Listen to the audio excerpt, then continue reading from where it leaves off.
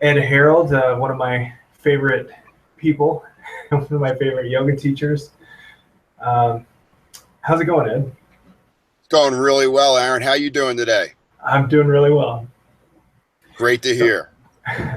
I met Ed at Bhakti Fest a few years back, and just really was impressed with the class, and started just following him online, and um, yeah, he's got a lot of great stuff, and he's actually written a book which is coming out in about a week. Is that right? Yeah, it's coming out in about a week and it can be purchased at Amazon. Okay, and tell us a little bit about your book. Well, the book title is called Life with Breath. Uh, IQ plus EQ equals a new you. And it's kind of a compilation of everything that I've been through in my life and how we can utilize simple techniques to shift what appears to be complex problems and issues that we're all moving through very, very quickly in this 2017 timeframe. And does that mean like yoga asanas or breathing techniques, or is it kind of a combination of different things? Well, that's a great question. It's it's based in the science of pranayama, and it gives us different strategies and concepts to utilize the breath in regard to transforming our life from the inside out. It has a 30-day guided breathing program in the back of the book to get people really familiar with what the breath can bring to the internal biology and neurochemistry of the brain, to keep us grounded from the first breath we take in the morning, to stay grounded as we move through the mental and emotional challenges that we're all moving through during our working hours. And then how to turn that monkey mind off when the sun goes down and the moon comes up, so we can move into those beautiful resting delta waves, which allow the brain to reorganize itself when we sleep and allow the body to cool down from all the activities that we're doing during the day.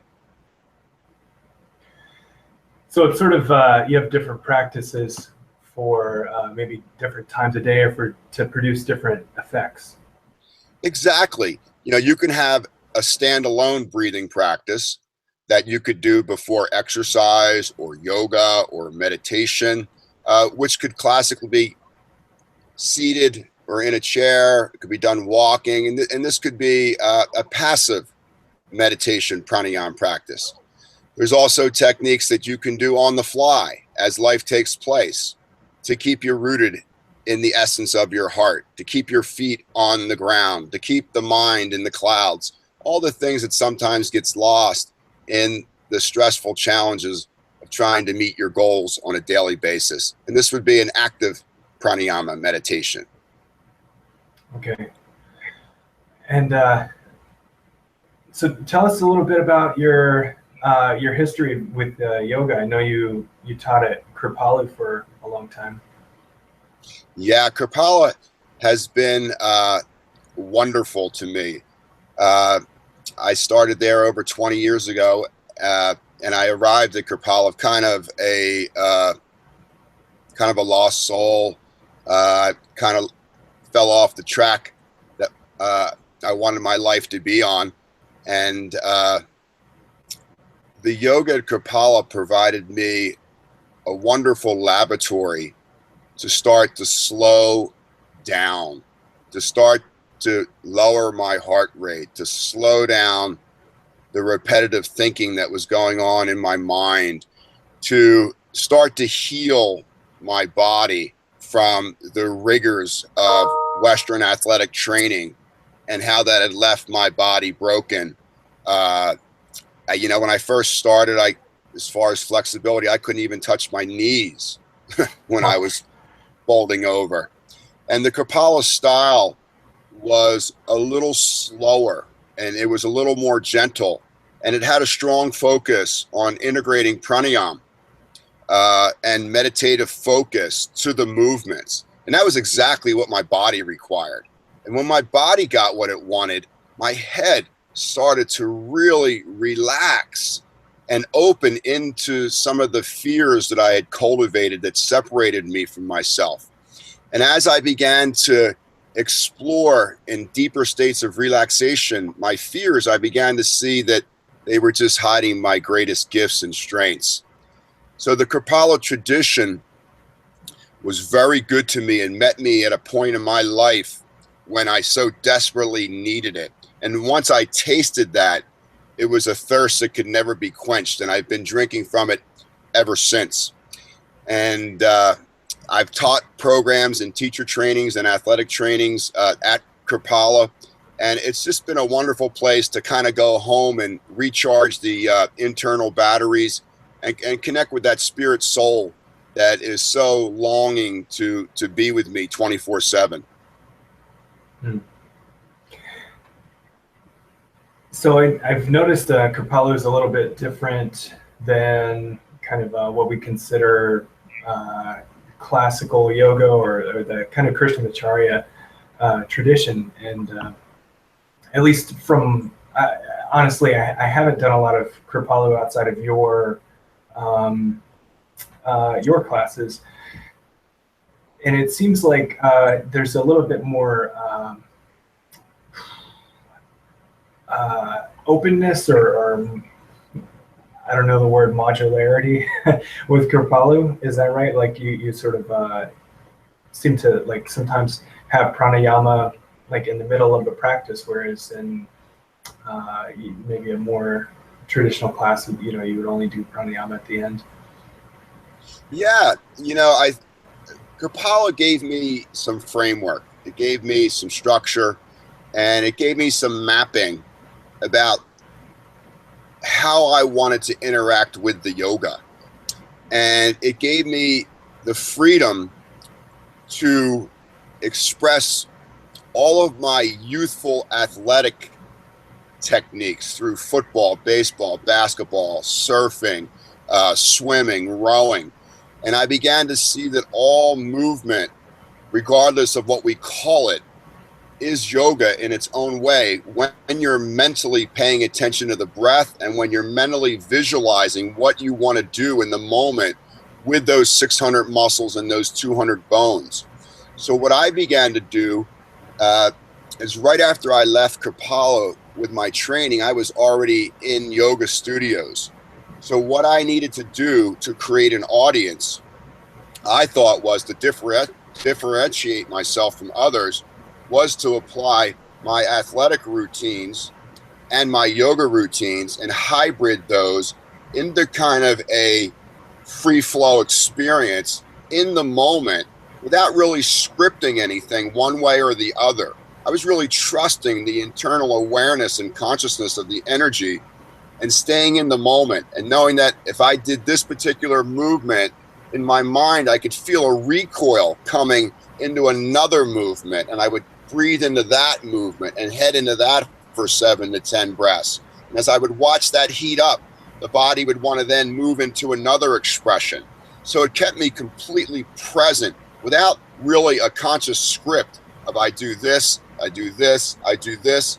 And in that, I really created an audience for myself where people could come to me and they would get, I would call it a different yogic experience than just going through kind of the traditional asana of Astanga yoga or Bikram yoga or some of the power techniques that we had in America.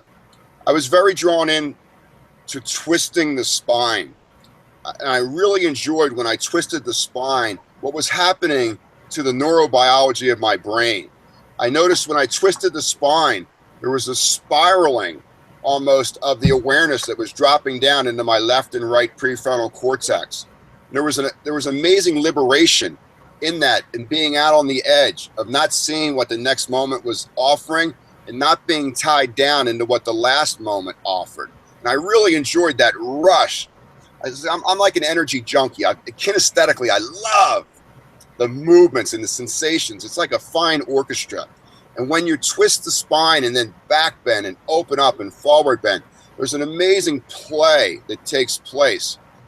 So to tie it all up for you, the Kripalu tradition allows freedom between the teacher and the receiver to interact all as one, where the teacher becomes the student and the student becomes the teacher. And in that, it's amazingly empowering, not only to the facilitator, but also to the folks in the class, because they know they're in this something very, very special. And then we're all in this together, and we're all invited to participate at whatever level that is appropriate to us, physically, as far as strength and range of motion, emotionally, how deep do you want to go down the rabbit hole of your emotional intelligence? And intellectually, how far do you want to reduce the information or expand the information out into space spiritually? Yeah, that's a good point, because I feel like it's sort of a conditioning process, right? Like you have to sort of expand your capacity to be able to handle more energy, over time, yes. Right? Because like sometimes if you just try to flood, just like max yourself out with prana, then it can be too much, right? I mean, without a doubt, and very dangerous. Mm-hmm. This energy requires preparation, and in the key is, to me, is the preparation and the integration. It's not so much what's happening in the action. It's preparing ourselves and opening ourselves from the center of our heart, the center of our core, the center of our brain, as far as we care to go. And what happens in between the preparation and the integration would be the action, whether it be physical, mental, emotional, spiritual. But how much of that are we actually taking into our life, off our yoga mat, to help make our world a little more peaceful in these bodies? And also the folks around us, can we be in harmony in these times of what appears to be heavy strife and separation, whether it be political, whether it be religious? We're living in very challenging times to search for the truth. So I guess at some point you were kind of a maybe more type A kind of guy, and yoga sort of helped you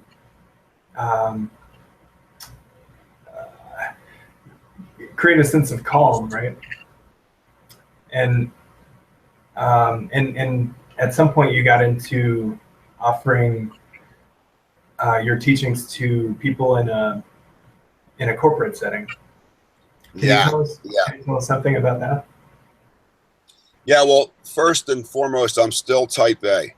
Okay. I'm still trying to harness the finest qualities of that competitive, judging, labeling type of psychological makeup. I know there's a really healthy part to it, as long as I'm feeling the moment before I interact with thoughts in the moment. If we look at the body as a feeling mechanism, a tuning fork that's always pointed towards true north, regardless of what my sensory perception is picking up, that feeling world really holds my thoughts accountable. And I become more aware of thoughts that might not be for the greater good of myself in the long term, or the greater good of the community around me. So, on one level, it's trying to rise above kind of the parasitic or the demonic part of the type A personality and try to let that rest. But on the other hand, there's a really great quality to that allows me to always grow every day. Every day, every moment when I'm grounded, I'm trying to learn new skills, new awarenesses, trying to be more open and open and open until everything just flows at one with the huge power that Mother Earth affords every human being. If we can leave that unhealthy part of the type A, kind of that lower male false self quality behind, and feel comfortable just being open with all the power that's been gifted with us, without being greedy with it, without being selfish, without drawing artificial lines with it. So it's still a challenge on a daily basis, but this is kind of something that I've come to live with, and it's been one hell of a ride, this life. And I'm really, I'm just getting started at close to 60, so I've got a lot of road to travel. And that type A is just going to roll me right down the road with a big smile on my face and a heart open and a straight spine. Yeah, I think of it as like a fire element, like in the most basic level, right? Yeah. And the idea is, for me, there's a part of me that wants to control that heat, and there's a part of me that, wants the heat to control me. And somewhere in between there's some really epic universal balance. And it's kind of a moving target, so to speak, for me right now. Every day isn't, Super Bowl Sunday, it's not the Macy's Day Parade. But at the end of the day, on the days that I'm struggling for clarity, I really, really learn a lot about human behavior. It really helps me, explore, what I'm going through and how that bridge is being built and how that transition is taking place. So even on the days that, I'm not fully who I perceive I want to be, there's amazing opportunities to get back into my heart and see the bigger picture about, where I've been, where I am, and where I'm going. And so just back to this this question of like, how do we yoga teachers bring this teaching into, this kind of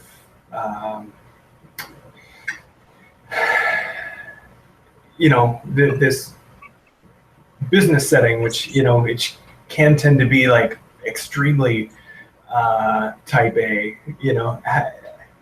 Yeah. Like, what can you give us some specifics as far as like what was your journey in that regard? Well, as I grew personally and professionally, I became involved with doing private sessions with CEOs of companies, and these guys were really stressed out, and they're under a lot of pressure to meet demands that they've cultivated from their past.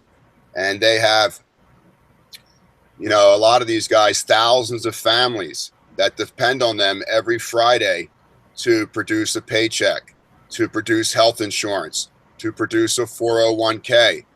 And contrary to what you might hear in some of the media, these guys are ultra sensitive about the obligations that they've taken on.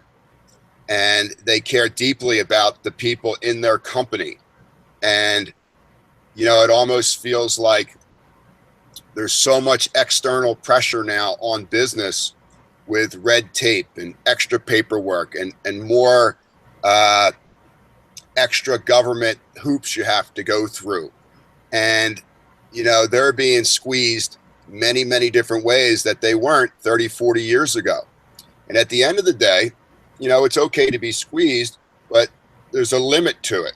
And these folks still have to provide for families. Corporations are families. They are people. They are just as scared and stressed as folks that are involved in small business, or folks that unfortunately might have hit a bad patch right now and are unemployed and searching for a different branch on this tree of revenue. So I began to work with these gentlemen, and they began to notice that what I would bring to them in a very short period of time, they found remarkable. They found a new inner voice that allowed them to communicate difficult messages with a greater sense of clarity and less sense of attachment. And they found that when there was more conscious communication, capitalism became more conscious, and we began to see the bigger picture about what we were trying to produce in these widgets and wheels or whatever it may be. And as they began to reprogram their neurochemistry and have more serotonin and chill hormones, relaxation hormones in their body, they'd have a lower heart rate, lower blood pressure. There was a greater sense of ease in the workplace. And they wanted to share this with folks in their companies.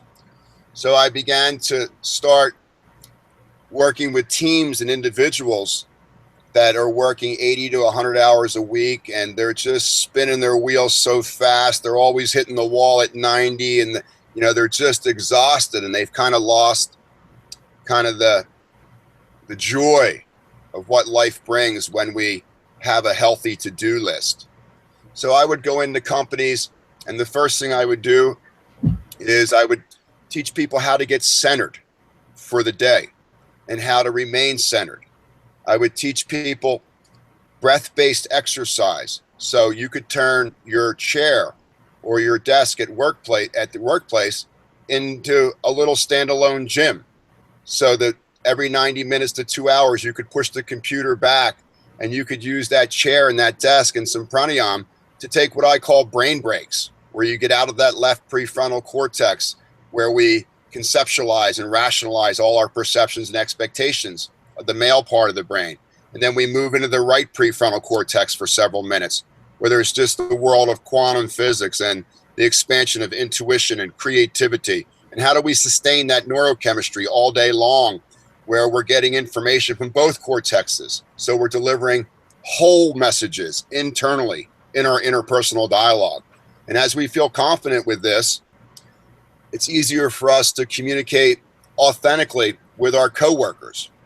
So I began to take a yogic methodology into the Western science of corporate America. And what I did was I just changed the languaging.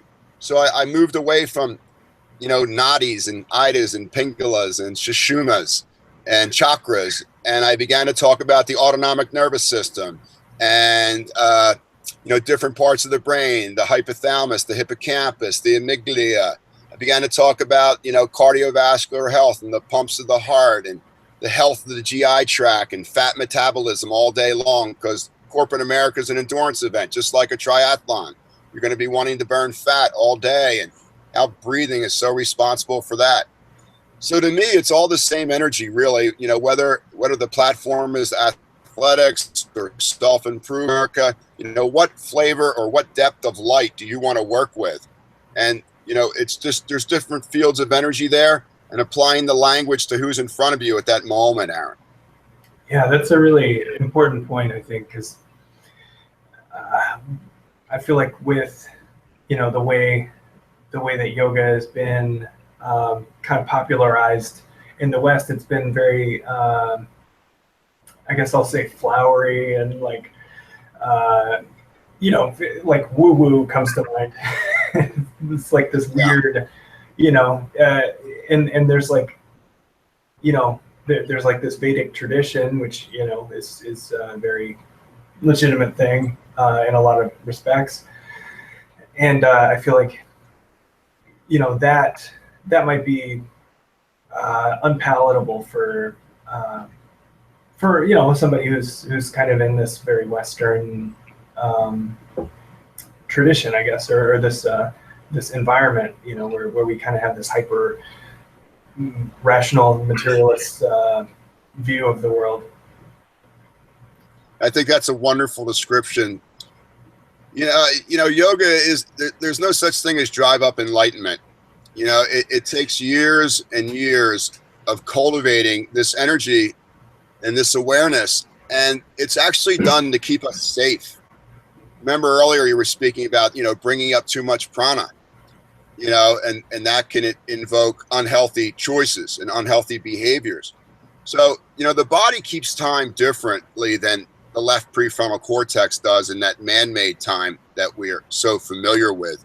So, it takes years of this and patience in regard to cultivating a healthy sense of self. Because when you're asked, the yoga traditions, I think the ancient teachers give you a little bit about what you don't want and a little bit about what you do want. And what I think, in my humble opinions, happened in America, we've just taken a slice out of the whole tradition to what we think the public wants, when at the end of the day, that might be the worst thing that we can give people. Yoga kind of calls you on your shit or your stuff.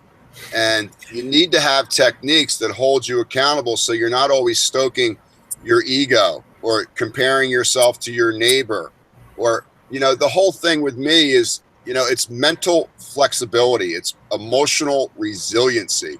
It's so much more than what I look like in downward facing dog.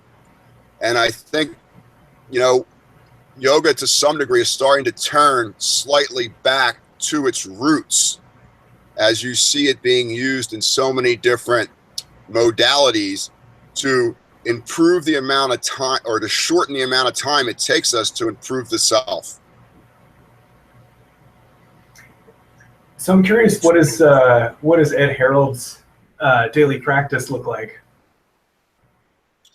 So the daily practice for me is I get up and the first thing I do is I open my eyes and I try to take a breath and just merge with that creative force so that, the best version of myself can be present for the daylight hours. And, just pausing for a moment and just tapping into that, what appears to be mundane, empty space, and just letting it know that I know you're there and you know that I'm there. And, we're going to co-create this today, and we're going to give it our best shot, regardless of whether we succeed or fail. What I like to do is I like to work in different types of squats. And I like to take my feet out about 3 or 4 feet wide and, drop down into a deep, deep squat and start to do some different pranayams and breath retentions and sequencing in squats so that I activate my gastric fire coming from the gut. I activate the larger muscles and bones around the pelvic bowl, the top of the femur head. I activate my legs and I try to really get grounded. Now, when I'm in that squat and I do different types of breathing, I'm amplifying and strengthening my diaphragm muscle, which is the primary muscle of digestion, elimination, and assimilation. So I'm really getting a strong gastric flow coming from my internal organs of my abdomen, which also gives me great support in my low back. The deep breathing, inflating the lungs fully, deflating the lungs fully. This allows the maximum distribution of oxygen earlier on in the day because I've been sedentary for 6 hours or so. So I think the squat and the movement of the breath and different rhythms with the diaphragm really get me grounded and centered and are very efficient in regard to warming me up from the inside out. Also in that squat and the breathing, I'm activating that great vagus nerve, which is so important to fat metabolism and serotonin secretions during the day. So I keep my cortisol levels down. My body doesn't overheat or my brain overheat with excess acidity. I want to keep the acid levels down in my body because uneliminated acidity creates inflammation. And inflammation could be the root cause of all long-term degenerative disease as it impairs oxygen movement. So on an average day, I'll go through 5 or 10 minutes, 15 minutes of deep squats, different pranayams. And then I'll try to do some twisting. And then I'll just sit for a few moments and just watch the show inside and, kind of get a feeling for, what's the rhythm today? How's everything synced up? Am I really grounded and I can see the targets with great clarity? Or is it a day where I need to go a little bit slower with my steps, a little bit slower with activating thought? And, it's almost like that mental landmine. You're not quite there where you really want to be, but you have tools in your toolbox from the yoga traditions to keep you centered and grounded as you go through that bumpy ride. Hmm. Yeah. So yeah, that's an interesting topic you bring up, which is the idea of you don't always feel, even if you do a bunch of yoga, you don't always feel like you're ready for the things that life is going to throw at you.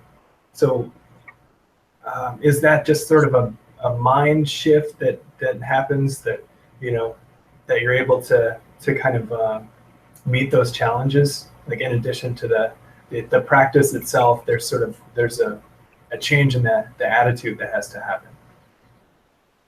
Yeah, I think, you know, there needs to be a change in the neurological perception and the mental expectation, and how that perception and expectation does this dance all day long. Number one, you know, what is my sensory perception of what I believe consciousness is offering me in this moment? And fundamentally, you know, there's only three answers. You know, it's yes, I agree with what's happening. No, I disagree with what is being presented to me, or I don't know. And that's classic emotional intelligence. It's a very raw form of consciousness. And, you know, running our perceptions through the feeling world and a breath really helps us set a realistic expectation of what we can interact with in that microsecond of reality. Mm. So you sort of cultivate the sensitivity to recognize, you know, whether you're in one of those three mental states. Yeah, I think we're all looking to be safely held, you know, moment by moment, you know, and we all want to feel like we provide value and we're being seen and heard in the healthiest of ways. And, you know, the one thing the yoga brought to me was, you know, not everything in my mind, you know, is the truth. You know, not every thought is a fact. Yeah. And when I began to shift, the way I was taught education in the West was a very top-down model. It was memorization, repetition, execution. When I began to get involved in the Eastern model, it was more of an awareness-based model, bottom up. So it was almost like a pyramid. It was like this wide base of emotional content in the belly that came up to a tip of a mental peak. And I began to see that when my body was involved, when I ran my story through my body, it was easier for me to see what was relevant, what was extra baggage, what was ego, what was heart-based. You know, all the different little things that can keep us grounded are there for us when the brain and the mind get the information last. Run it through the brain and the mind or the gut or the heart first. And that really helped me sort of really authenticate my thinking in a way that helped me feel safe in the mental world, which so many times is so scary for folks. So I'd like to, while you're here, see if can we get some like takeaways. Say some people who are listening might be athletic or working on kind of cultivating a physical practice. And I know you are an athlete. At least you were for a long time, and you train athletes. So what would be your approach to working with somebody who's already like very physically fit, and they're sort of looking for something to give them maybe an athletic edge? That's a great question. When I work with people, what I try to do is I try to apply all four forms of performance or self-care in the same second. So if you think about it, we have four ways that we can train these bodies and minds. There's a cardiovascular way of training. There is a strength way of training. There is flexibility training, stretching, and there is mental training or meditation. Now, to maximize these techniques, you have to have a foundational background of pranayama. Number one, not the mouth breathe. unless your life is in mortal danger. We're all designed to be nostril breathers, and to maximize the exchange of oxygen and carbon dioxide, the brain and the body want to see the breath exchanged through the nostrils and the cranial nerves. So learning the foundations of diaphragmatic breathing and the benefits that bring, the foundation of the ocean sounding breath and the benefits that brings, learning different types of breath retention sequences for strengthening inspiratory and expiratory muscles so that you put less pressure on your cardiovascular system. Less pressure on the cardiovascular system means a lower heart rate, lower blood pressure, optimal neurochemistry, and fat metabolism in the body. So whatever you're doing, whether it's stretching or whether it's strength training or whether it's meditation, when you apply a pranayama practice, which just 1,000 years ago was being utilized from someone sitting cross-legged in a lotus posture. Now we're applying the pranayama practice to meditation in motion, whether it be cycling, bike, running, lifting weights, whatever it may be. There's pranayama out there that can help you raise the quality of what you're trying to achieve in a shorter period of man-made time. And when you can get a cardiovascular, strength, stretch, and meditation all in the same second, it takes very little time for the body to detox itself of inflammation markers, which will allow you to perform at higher and higher levels of cardiovascular, mental concentration, strength training, or flexibility. So with athletes, number one is to get yourself centered your way to the gym. Whether you're walking there, driving there, turn the music off, connect with your diaphragmatic breathing and your ocean sounding breath. Hold the breath in for a couple seconds, hold the breath out for a couple seconds, get the debris of the agitated mind off the platform before you go in and interact with the body mind. When you get in there, start with your gut. There's so much more energy and heat in the gut, in the pelvic basin. Most Western exercise routines, they do the belly last. I do the belly first. There's a wonderful technique called Agni Sara, which is Agni means fire and Sara means to wash. And it's an ancient technique to really get the gastric fire up in the gut.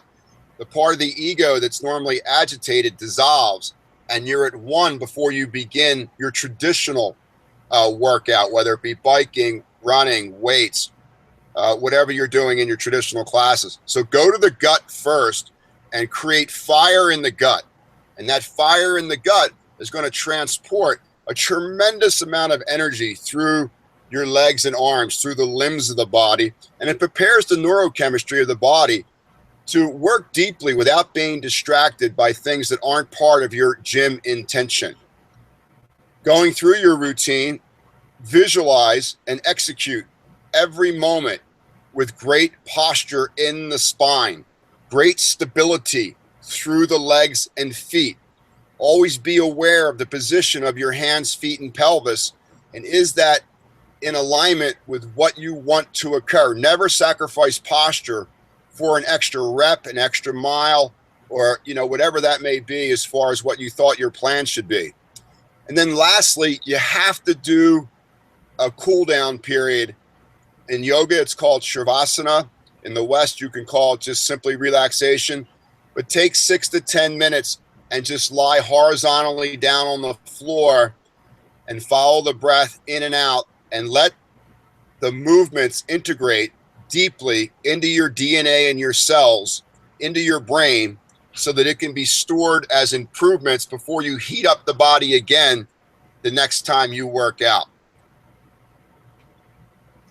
Nice. Well, that's a good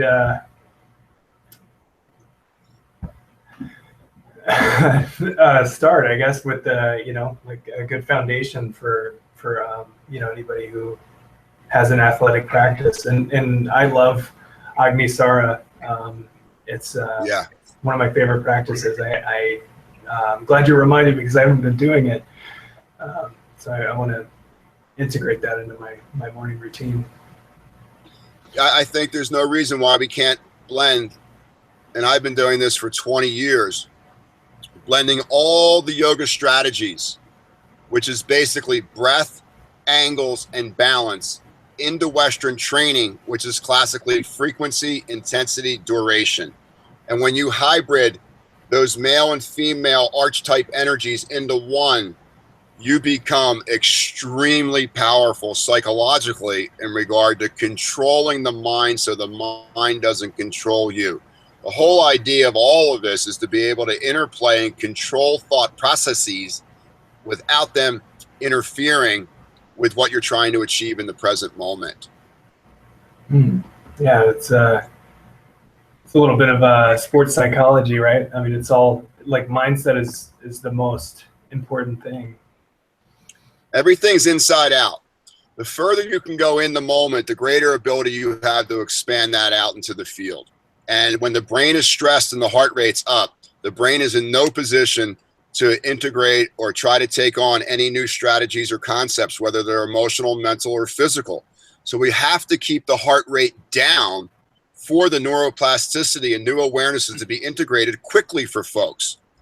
You know, if you're exercising and you look over at someone in the gym and they're making the faces on their teeth are showing and their faces are all scrunched up, that is never going to be health.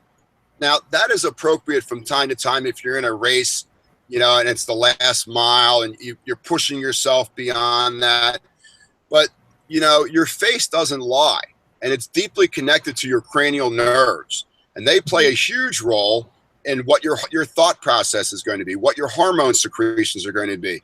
So it's always keep your eyes and jaw completely calm.